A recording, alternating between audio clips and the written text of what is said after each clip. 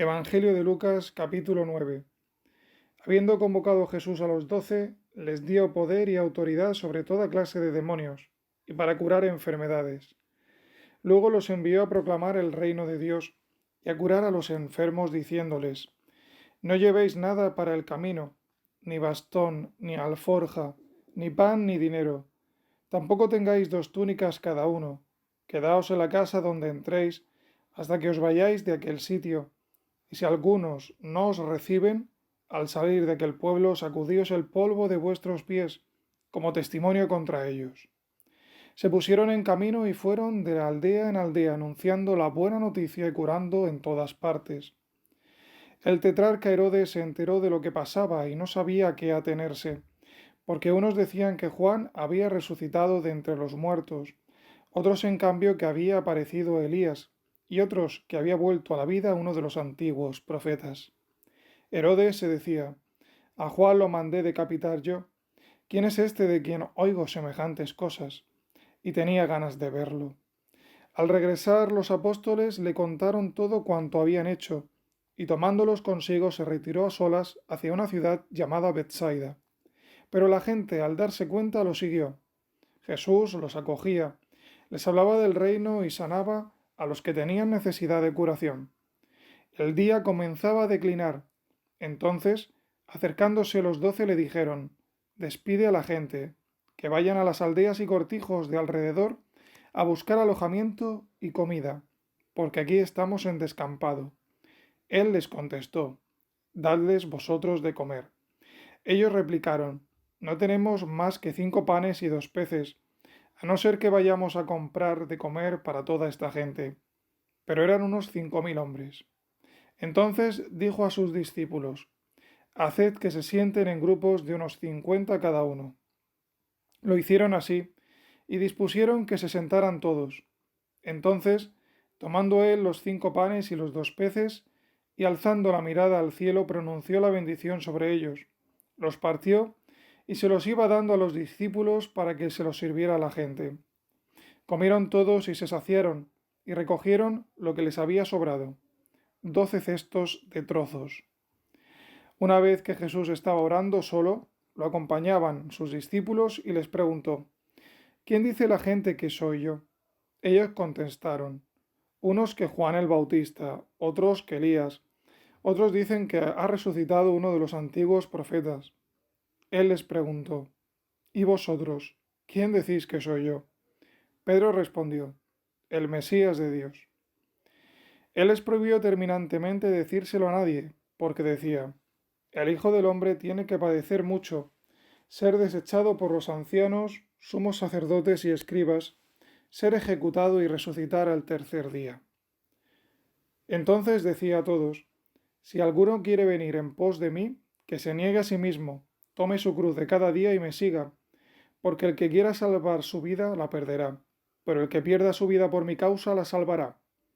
¿De qué le sirve a uno ganar el mundo entero si se pierde o se arruina a sí mismo? Pues si uno se avergüenza de mí y de mis palabras, también el Hijo del Hombre se avergonzará de él cuando venga en su gloria, en la del Padre y en la de los ángeles santos. Pues de verdad os digo que hay algunos de los aquí presentes que no gustará la muerte hasta que vean el reino de Dios. Unos 8 días después de estas palabras tomó a Pedro, a Juan y a Santiago, y subió a lo alto del monte para orar. Y mientras oraba, el aspecto de su rostro cambió, y sus vestidos brillaban de resplandor. De repente 2 hombres conversaban con él. Eran Moisés y Elías, que apareciendo con gloria, hablaban de su éxodo que él iba a consumar en Jerusalén. Pedro y sus compañeros se caían de sueño, pero se espabilaron y vieron su gloria, y a los 2 hombres que estaban con él. Mientras estos se alejaban de él, dijo Pedro a Jesús: Maestro, qué bueno es que estemos aquí. Haremos 3 tiendas, una para ti, otra para Moisés y otra para Elías. No sabía lo que decía. Todavía estaba diciendo esto cuando llegó una nube que los cubrió con su sombra. Se llenaron de temor al entrar en la nube, y una voz desde la nube decía: Este es mi Hijo, el elegido, escuchadlo. Después de oírse la voz, se encontró Jesús solo. Ellos guardaron silencio, y por aquellos días no contaron nada a nadie de lo que habían visto. Al día siguiente, cuando bajaron ellos del monte, les salió al encuentro mucha gente, y de pronto un hombre de entre la gente se puso a dar voces diciendo: Maestro, te lo ruego, que te fijes en mi hijo, que es el único que tengo, pues un espíritu se apodera de él, y de repente se pone a gritar y le retuerce echando espumarajos, y a duras penas se aleja de él, dejándolo maltrecho. He pedido a tus discípulos que lo expulsen, pero no han podido. Respondió Jesús y dijo: Generación incrédula y perversa, ¿hasta cuándo he de estar con vosotros y os tendré que sufrir? Trae aquí a tu hijo. Mientras se acercaba éste, lo tiró el demonio al suelo y le dio una violenta sacudida. Pero Jesús increpó el espíritu inmundo, curó al niño y lo devolvió a su padre, y todos quedaban estupefactos ante la grandeza de Dios. Entre la admiración general por lo que hacía, dijo a sus discípulos: Meteos bien en los oídos estas palabras: el Hijo del Hombre va a ser entregado en manos de los hombres.